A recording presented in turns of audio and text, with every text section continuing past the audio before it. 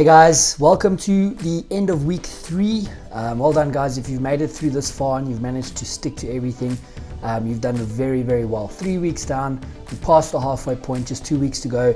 Look, it does get quite tough the last 2 weeks. It's almost like that sort of syndrome where you're so close yet still so far. 2 weeks does feel like a long time when you know, challenging yourself and potentially depriving yourself of things that you used to.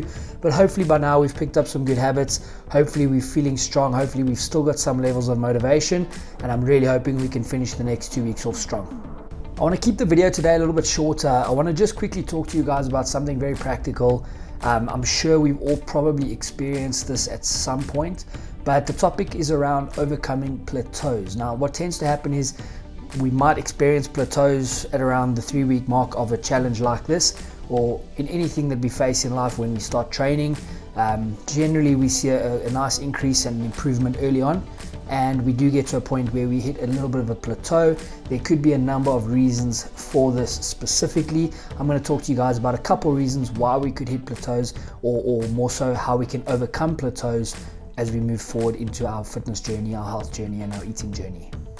Okay, so the first thing, you guys will remember I spoke to you about adjusting your calorie intake. I mentioned in the presentation as well initially, the bigger you are, the more calories required to burn or to move. Therefore, you burn more calories and use more energy throughout the day. So we need to make sure that we are adjusting our calorie intake as we move through our journey. If you weigh 100 kilos and you lose 30 kilos, you weigh 70 kilos now. Therefore, if you were eating the same as what you were when you were weighing 100 kilos, chances are you probably overeating, because 70 kilo you requires less energy in order to move around. The second one, a great way to overcome a plateau, is to adjust your routine. That's the great thing about CrossFit. You don't really get settled into a routine because it's constantly varied. It's always different. So your body doesn't really get a chance to adapt to that. But that can apply to other areas of our life as well. If you know, a runner, or if you sort of sticking to certain days of the week and you just feel like things are getting a little bit monotonous, it's not necessarily a plateau in the sense of, you know, on the scale or the way that you look, but even a plateau in your energy levels and you feel less motivated, change things up a little bit, try new things. If you don't run, try a run. If you don't ride a bike, try ride a bike. Do something different that keeps you motivated, and do something that kind of keeps you engaged and excited in what you're doing. The third one is something called beware of cleanup duty. Now these are kind of not subconscious, but calories we don't necessarily record. We generally track, if you track your calories on something like MyFitnessPal, you generally track all the calories that you eat, but we often don't track the calories that we consume outside of those eating times. If you, for example, taking your plate through to the sink, or not your plate, maybe you're taking your children's plate through to the sink and you just pick 1 or 2 chips, or you know, you go out to dinner with your family and you have a look over there and you pick a chip or 2 off the plate. That's kind of making sure and being aware that everything counts versus just tracking the calories that we consume at any specific meal. We spoke about this in the presentation as well. Good quality sleep. This can play a massive role, not only for the fact of just that it's good for you, but we remember when you sleep or when you're tired, you release certain hormones, and those hormones can bring on hunger, or the feeling of being hungry even when you're not hungry. And then obviously getting good quality sleep can help combat that. Another less obvious reason is feeling more energized throughout the day.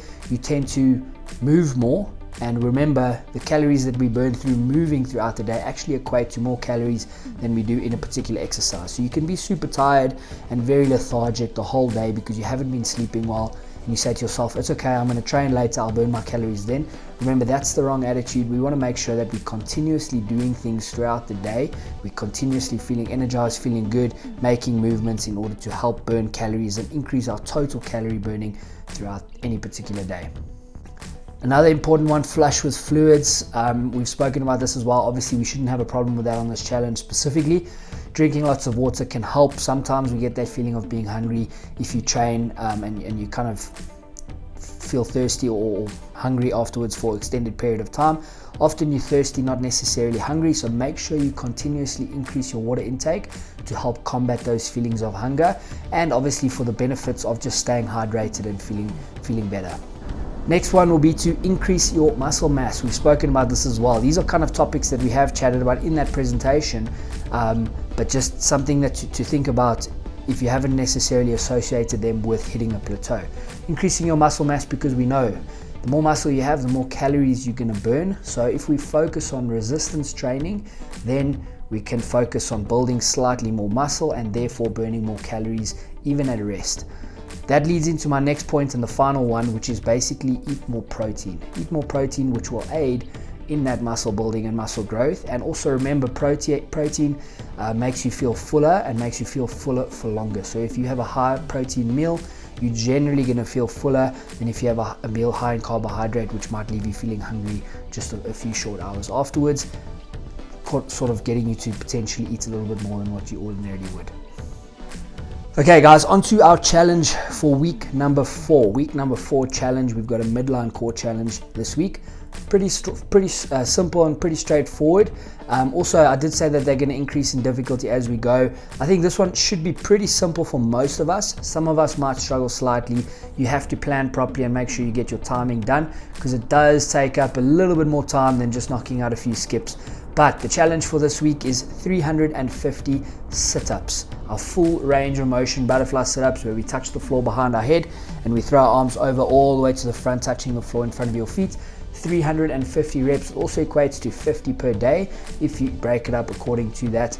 If you're obviously only training 3 times a week and you don't want to, in your 35 minutes of movement, you don't necessarily want to do sit-ups, make sure you're getting a little bit more done on certain days than others so that we don't leave too much towards the end. Guys, we've got 2 weeks to go. I hope you're enjoying the challenge. I hope you're learning something from it, and most of all, I hope you're gaining some benefit physically from it. That's obviously the whole aim as to why we're doing this challenge. Remember, I said in the beginning, if you are following these principles and you are sticking to these challenges and tasks, you should be seeing results by now, even if they're not major. Remember, it's not major results that we're after lifelong, long-term results. So hopefully we're feeling good, and let's get off to week 4.